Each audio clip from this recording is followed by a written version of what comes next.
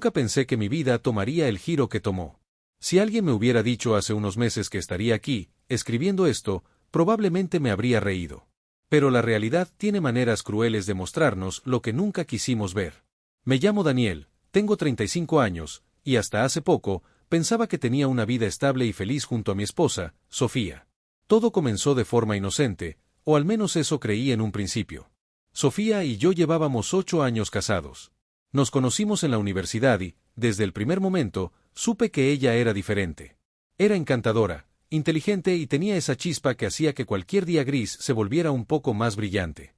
No éramos perfectos, claro, pero ¿quién lo es? Siempre asumí que nuestras pequeñas discusiones y diferencias eran parte normal de cualquier relación. Hace aproximadamente 6 meses, Sofía empezó a actuar diferente.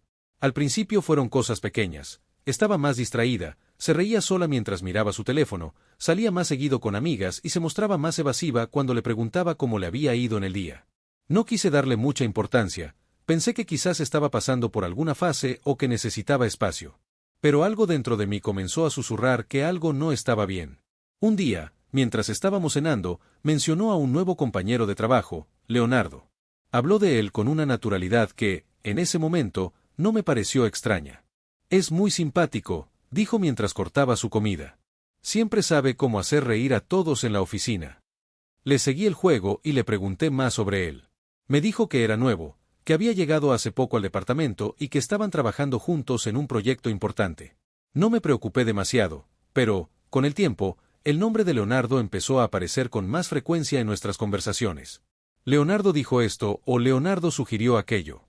Intenté ignorarlo, atribuyéndolo al entusiasmo por un nuevo compañero. Pero había algo en su tono, en la forma en que hablaba de él, que encendió una pequeña alarma en mi mente.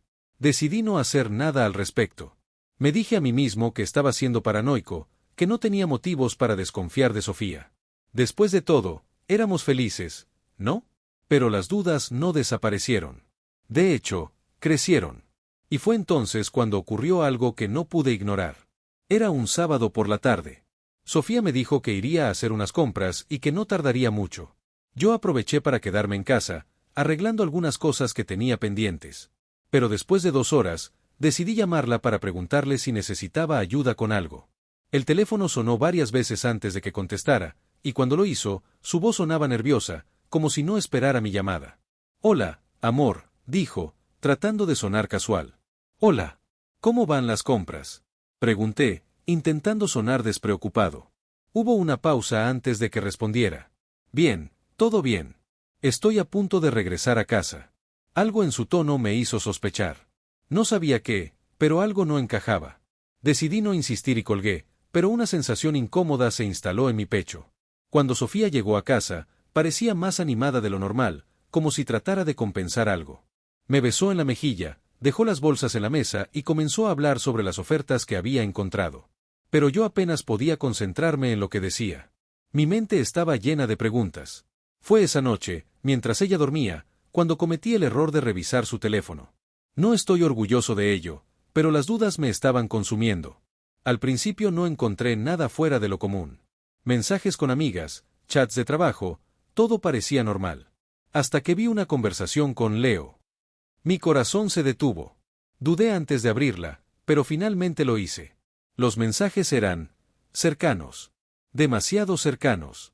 No había nada explícito, pero la forma en que se hablaban, los emojis, las bromas privadas, todo indicaba una intimidad que no podía ignorar.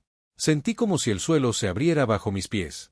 Durante los días siguientes, traté de actuar normal, pero por dentro estaba en conflicto. No podía dejar de preguntarme cómo habíamos llegado a este punto. Decidí no confrontarla de inmediato. Necesitaba tiempo para procesar lo que había descubierto y para decidir qué hacer. Durante las siguientes semanas, empecé a prestar más atención a su comportamiento. Salía más seguido, siempre tenía una excusa para llegar tarde o para pasar el fin de semana fuera. Y cada vez que mencionaba a Leonardo, había algo en su voz, una especie de brillo que me revolvía el estómago. Sentía que algo se estaba rompiendo entre nosotros, algo que quizás ya no podría reparar. Finalmente, no pude más. Una noche, mientras cenábamos, decidí enfrentarla. «Sofía, ¿puedo preguntarte algo?», dije, tratando de mantener la calma. Ella levantó la mirada de su plato, sorprendida. «Claro, ¿qué pasa?». ¿Hay algo que quieras decirme? Pregunté, observándola de cerca. Su expresión cambió. Por un momento, pareció confundida, pero luego vi algo más en sus ojos, miedo. No sé de qué hablas, respondió, apartando la mirada. De Leonardo, dije, dejando caer el nombre como una bomba. La habitación quedó en silencio. Podía escuchar el sonido de su respiración, rápida y superficial. Finalmente, levantó la mirada y me enfrentó. ¿Revisaste mi teléfono?, preguntó, su voz cargada de incredulidad. No respondí. No era necesario. Ella suspiró y se pasó una mano por el cabello. No sé qué quieres que diga, Daniel. No está pasando nada. Entonces, ¿por qué los mensajes? ¿Por qué actúas diferente? ¿Por qué siento que estoy perdiendo a mi esposa? Mi voz se quebró al final, y odié mostrarme tan vulnerable. Sofía cerró los ojos y tomó una profunda respiración. No quería que te enteraras así, dijo finalmente, y esas palabras confirmaron todo lo que temía. Me confesó que había comenzado como una amistad, pero que con el tiempo se había convertido en algo más. Me aseguró que nunca había pasado nada físico, que solo eran sentimientos, pero para mí, eso no hacía que doliera menos. Sentí como si el aire hubiera sido arrancado de mis pulmones. Esa noche dormí en el sofá, aunque apenas pude cerrar los ojos. Mi mente estaba llena de imágenes y preguntas. ¿Qué hice mal? ¿Cómo no me di cuenta antes? ¿Podía salvar nuestro matrimonio? No tenía respuestas, solo un vacío que parecía crecer con cada minuto que pasaba. Los días siguientes fueron un torbellino de emociones. Hablamos, lloramos, discutimos. Sofía insistió en que quería salvar nuestra relación, que estaba dispuesta a cortar todo contacto con Leonardo y a trabajar en nosotros. Pero yo no sabía si podía perdonarla. No sabía si podía confiar en ella de nuevo. En un intento de darle una oportunidad, decidí acudir a terapia de pareja. No fue fácil para ninguno de los dos, pero era un paso necesario. En esas sesiones, comenzaron a salir cosas que jamás habría imaginado. Sofía confesó que se sentía ignorada, que pensaba que yo había dejado de interesarme en ella. Sus palabras me dolieron, pero también me hicieron reflexionar. ¿Había sido yo quien había permitido que nuestra relación se enfriara? Tal vez no todo era culpa de Sofía. Sin embargo, aún había una línea que no podía ignorar, la traición. Una tarde, durante una de esas sesiones, el terapeuta nos pidió que enumeráramos 3 cosas que amábamos el uno del otro y 3 cosas que sentíamos que faltaban en nuestra relación. Cuando llegó mi turno, las palabras se atascaron en mi garganta. Me di cuenta de que aún amaba a Sofía, pero la imagen de ella y Leonardo seguía rondando mi mente como una sombra imposible de disipar. Su turno fue igual de difícil. La vi luchar por encontrar palabras, por mirar más allá de los errores que ambos habíamos cometido. Un día, mientras estábamos en la sala de espera de la terapia, vi su teléfono encendido sobre la mesa. Una notificación de mensaje apareció en la pantalla. Era de Leonardo. «Espero que estés bien», decía. Sentí una punzada en el pecho. Aunque había prometido cortar todo contacto, evidentemente no lo había hecho. Me levanté sin decir nada y salí al estacionamiento, tratando de controlar mi respiración. Sofía me siguió, y cuando la enfrenté, no pudo negarlo. Solo fue un mensaje, intentó justificar. Pero para mí, era la prueba de que las heridas aún no habían sanado. Fue entonces cuando decidí que necesitaba un cambio drástico. Le pedí que tomáramos un tiempo separados, pero esta vez, no sería en casa de un amigo. Decidí viajar, tomar distancia real para procesar lo que estaba pasando. Pasé semanas en un pequeño pueblo costero, lejos del bullicio de la ciudad y de los recuerdos dolorosos. Caminaba por la playa cada mañana, tratando de encontrar claridad en el sonido de las olas y el olor del mar. Poco a poco, comencé a recordar quién era yo antes de todo esto, antes de que mi vida girara en torno a una relación que parecía estar rompiéndose. Durante mi tiempo lejos, Sofía me escribía correos electrónicos. En ellos, me contaba cómo estaba trabajando en sí misma, cómo había comenzado a asistir a terapia individual para entender sus propias decisiones. Me hablaba de lo mucho que lamentaba haberme lastimado y de lo desesperada que estaba por recuperar lo que habíamos perdido. No respondí a todos, pero leí cada uno. En algunos, podía sentir su sinceridad, en otros, parecía que intentaba convencer más a sí misma que a mí. Me encontré reflexionando no solo sobre nuestra relación, sino también sobre quién había sido yo durante los últimos años. ¿Había perdido de vista lo que realmente importaba? ¿Había contribuido yo mismo a la distancia que ahora nos separaba? Finalmente, después de casi 3 meses fuera, decidí regresar. No sabía si estaba listo para retomar nuestra relación, pero sí sabía que necesitábamos una conversación final, cara a cara, para decidir qué camino tomar.